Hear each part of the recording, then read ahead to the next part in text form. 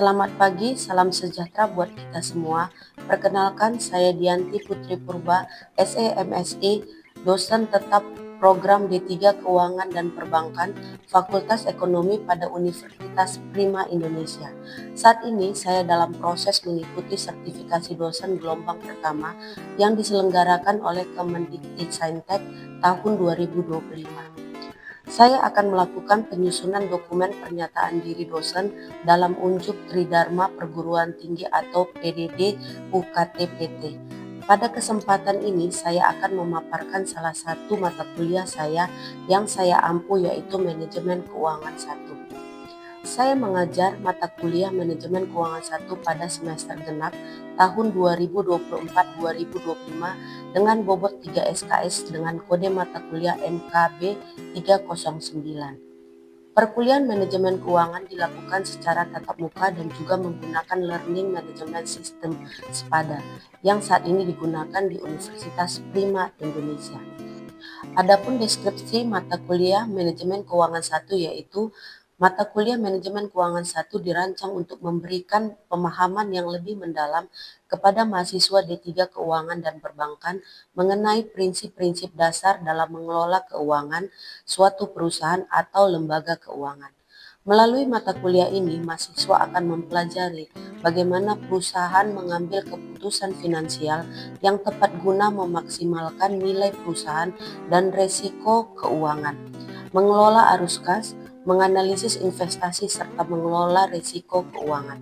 Mahasiswa juga akan dibekali kemampuan menganalisis berbagai alternatif sumber pembiayaan, pengukuran risiko atau imbal hasil, serta memahami struktur modal yang optimal untuk mendukung keberlanjutan dan pertumbuhan usaha. Selain teori, mahasiswa juga akan diarahkan untuk mampu mengaplikasikan konsep-konsep tersebut melalui studi kasus dan latihan perhitungan yang relevan dengan praktik di dunia industri keuangan dan perbankan. Diharapkan setelah menyelesaikan mata kuliah ini, mahasiswa memiliki bekal pengetahuan dan keterampilan praktis yang dapat mendukung pengambilan keputusan keuangan secara tepat dalam lingkungan pekerjaan mereka di masa depan. Adapun topik yang dibahas dalam mata kuliah Manajemen Keuangan 1 meliputi konsep dasar manajemen keuangan, nilai waktu dari uang, analisis laporan keuangan, analisis rasio keuangan, manajemen kas, manajemen persediaan, manajemen piutang, manajemen modal kerja, penilaian saham, dan obligasi. Capaian pembelajaran yang diharapkan pada mata kuliah Manajemen Keuangan 1 adalah setelah mengikuti mata kuliah Manajemen Keuangan 1, diharapkan mahasiswa program studi Keuangan D3 dan Perbankan Fakultas Ekonomi Universitas Prima Indonesia mampu, yang pertama, memahami dan menjelaskan konsep dasar manajemen keuangan. Kedua, memahami dan menghitung nilai waktu dari uang. Yang ketiga, memahami dan menjelaskan analisis laporan keuangan. Keempat, memahami dan menjelaskan analisis rasio keuangan. Kelima, memahami dan menjelaskan manajemen kas. Keenam, memahami dan menjelaskan manajemen persediaan. Ketujuh, memahami dan menjelaskan manajemen piutang. Kedelapan, memahami dan menjelaskan manajemen modal kerja. Kesembilan, memahami dan menjelaskan penilaian saham dan obligasi. Kesepuluh, memahami dan menjelaskan resiko dan tingkat pengembalian. Kesebelas, memahami dan menjelaskan penganggaran modal. Kedua belas, memahami dan menjelaskan manajemen resiko. Ke-13, memahami dan menjelaskan struktur modal. 14, memahami dan menjelaskan mengenai leasing.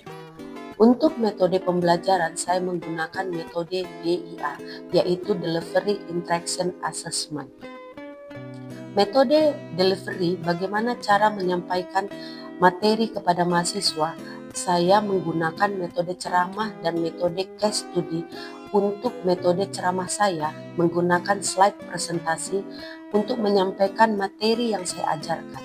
Dan untuk metode case study, saya memberikan sebuah kasus untuk dianalisis bersama dengan mahasiswa. Lalu saya juga menggunakan Learning Management System, yaitu SPADA, yang saat ini digunakan di Universitas Prima Indonesia. Dari SPADA tersebut, saya akan memberikan materi yang bisa diakses oleh mahasiswa kapanpun dan dimanapun.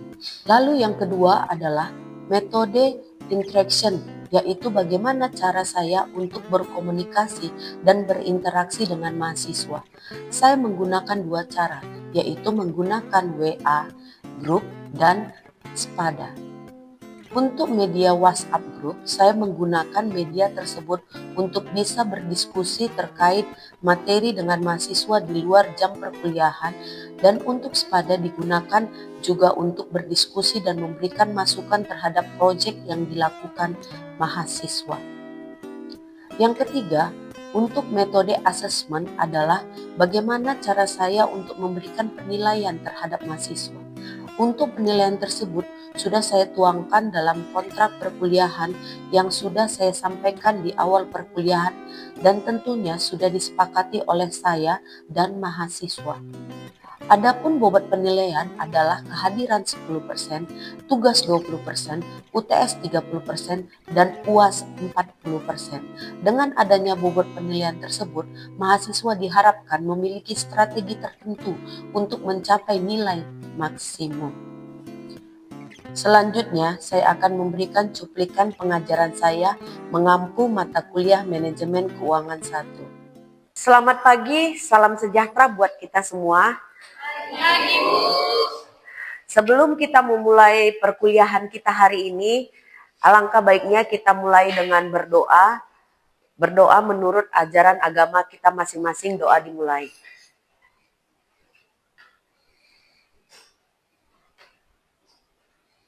Doa selesai.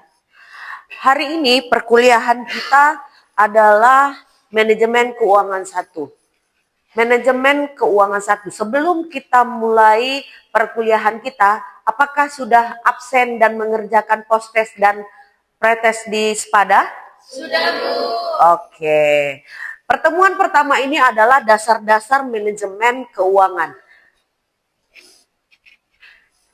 Pada PT Maju Bersama, perusahaan minuman kemasan yang penjualannya sempat maju pesat karena diminati banyak orang, namun seiring waktu mereka sering kehabisan kas untuk membeli bahan baku, gaji karyawan yang telat dibayar, laba yang tidak jelas meskipun omset sangat tinggi.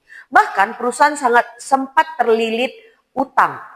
Dari sini manajemen sadar bahwa omset yang sangat baik tidak saja cukup untuk mengelola keuangan, tapi sangat penting perusahaan bisa bertahan dan terus berkembang dengan adanya pengelolaan keuangan. Pentingnya manajemen keuangan. Manajemen keuangan sangat diperlukan untuk mengelola anggaran bisnis dengan benar. Dalam skala usaha yang besar, perusahaan membutuhkan seorang manajer keuangan yang ahli dalam mengelola keuangan, dana, aktivitas penggunaan dana, dan pengelolaan aktiva. Penerapan manajemen keuangan dapat membantu untuk mencegah pembengkakan pengeluaran, mencapai tujuan perusahaan, pengeluaran, meminimalisir keuangan, mobilisasi keuangan, keberlangsungan hidup perusahaan, serta membantu pengambilan keputusan keuangan. Dapat kita lihat di sini bahwa manajemen keuangan adalah proses perencanaan, pengorganisasian, pengarahan dan pengalian dalam aktivitas keuangan dalam suatu perusahaan atau individu. Tujuan utama dari manajemen keuangan adalah untuk memastikan bahwa sumber dana keuangan yang digunakan secara efisien guna mencapai tujuan yang telah ditetapkan. Ruang lingkup manajemen keuangan, yang pertama adalah bagaimana mencari dana, yang kedua adalah bagaimana mengelola dana, yang ketiga bagaimana membagi dana yang ada. Aktivitas manajemen itu meliputi, pertama adalah aktivitas pembiayaan. Aktivitas pembiayaan itu adalah kegiatan pemilik dan manajemen perusahaan untuk mencari sumber dana eksternal dan internal. Sumber dana eksternal itu apa saja? Sumber dana eksternal itu adalah sumber dana dari utang. Yang kedua, dari saham. Yang ketiga adalah hibah. Sampai sini ada yang mau bertanya? Ya, kamu silakan berdiri. Kenalkan Bu, nama saya Lisbeth. Saya ingin bertanya, apa perbedaan utang jangka pendek dengan utang jangka panjang? Oke, silakan duduk Lisbeth. Oke, Lisbeth bertanya di sini apa perbedaan antara utang jangka pendek dan utang jangka panjang. Utang jangka pendek dan utang jangka panjang itu bisa kita lihat dari waktu. Waktunya yang pertama adalah kalau hutang jangka pendek dikurang dari 1 tahun. Hutang jangka panjang adalah lebih dari 1 tahun. Hutang jangka pendek itu apa Bu? Misalnya hutang pribadi, hutang tanpa anggunan. Itu menjadi salah satu contoh hutang jangka pendek. Hutang jangka panjang apa Bu contohnya? Hutang jangka panjang itu contohnya adalah obligasi. Itu lebih dari 1 tahun. Lisbeth bisa mengerti sampai sini? Oke, kita lanjutkan ya. Aktivitas pendanaan yang kedua adalah sumber dari internal. Sumber internal itu adalah laba yang ditahan. Laba yang ditahan itu adalah laba yang diperoleh perusahaan tapi tidak dibagikan seluruhnya kepada pemilik saham ataupun kepada para investor. Supaya apa? Supaya sewaktu perusahaan membutuhkan dana yang darurat dan laba yang ditahan ini bisa kita gunakan. Yang kedua adalah penyusutan, amortisasi, dan deflasi. Yang ketiga adalah penjualan harta tetap yang tidak produktif. Penjualan harta tetap yang tidak produktif ini apa Bu contohnya? Menjual gedung yang tidak kita gunakan. Yang kedua adalah menjual mesin-mesin yang sudah tua. Ya. Jadi kenapa kita harus menjualnya Bu? Karena akan ada mengeluarkan biaya pemeliharaan. Jadi untuk mengurangi biaya pemeliharaan, kita harus lebih baik kita menjual barang yang tidak diperlukan lagi. Aktivitas investasi. Aktivitas investasi adalah kegiatan penggunaan dana berdasarkan pemikiran, hasil yang sebesar-besarnya dan resiko yang sekecil-kecilnya. Contohnya adalah modal kerja. Yang kedua adalah harta keuangan, finansial aset, investasi pada saham ataupun obligasi. Yang ketiga adalah harta tetap yang terdiri dari tanah, bangunan, dan peralatan. Yang keempat, harta yang tidak berwujud, seperti hak paten, hak pengelolaan hutan, hak pengelolaan tambang, dan goodwill. Sebelum kita lanjutkan, sampai sini mengerti? Mengerti, Bu. Oke. Aktivitas bisnis adalah kegiatan untuk mencari laba melalui efektivitas penjualan barang atau jasa, efisiensi biaya yang akan menghasilkan laba. Aktivitas ini dapat dilihat dari laporan laba rugi yang terdiri dari unsur yang pertama adalah pendapatan, yang kedua adalah beban, yang ketiga adalah laba rugi. Tanggung jawab manajer keuangan perusahaan adalah aktivitas perusahaan ditinjau dari sudut manajemen keuangan sebagai tugas manajer keuangan. Tugasnya itu adalah yang pertama, perolehan dana dengan biaya yang murah. Jadi jangan kita lebih banyak nanti pengeluaran daripada pemasukan. Yang kedua adalah penggunaan dana efektif dan efisien. Yang ketiga adalah penggunaan analisis laporan keuangan. Yang keempat adalah analisis lingkungan internal dan eksternal yang berhubungan dengan keputusan rutin dan khusus. Tujuan manajemen keuangan adalah yang pertama memaksimalkan nilai perusahaan. Yang kedua adalah menjaga stabilitas dalam keadaan yang selalu terkendali. Ketiga, memperkecil resiko perusahaan di masa sekarang dan yang akan datang. Sampai sini ada yang kita bertanya? Kurang jelas? Ya silakan Dek. Baik Bu, perkenalkan nama saya Sahala. Saya ingin bertanya, bagaimana memperkecil risiko perusahaan yang masa sekarang dan masa yang akan datang? Oke, terima kasih Sahala. Silakan duduk. Bagaimana memperkecil resiko perusahaan di masa sekarang dan yang akan datang? Sebelum ini tadi ada kita buat contoh. Perusahaan yang sangat besar, kalau tidak dikelola keuangannya dengan baik, perusahaan itu akan terlilit hutang.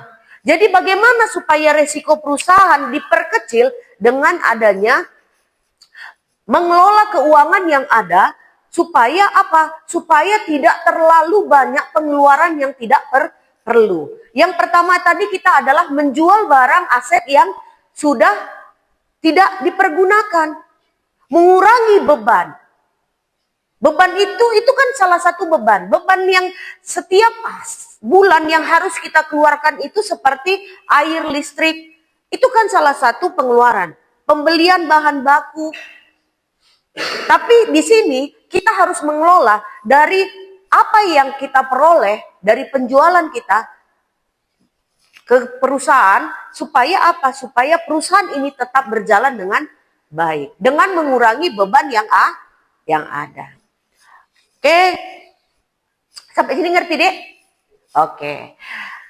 Pertemuan kita hari ini sampai di sini, tapi sebelumnya kalian bisa lihat di Spada, saya telah memberikan tugas buat kalian untuk dikumpul minggu depan. Silahkan kerjakan dengan baik dan kumpul minggu depan waktu pertemuan kita kedua.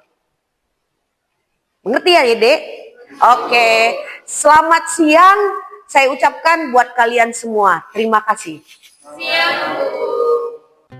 Demikianlah pemaparan saya tentang proses pengajaran manajemen keuangan 1. Akhir kata saya ucapkan terima kasih.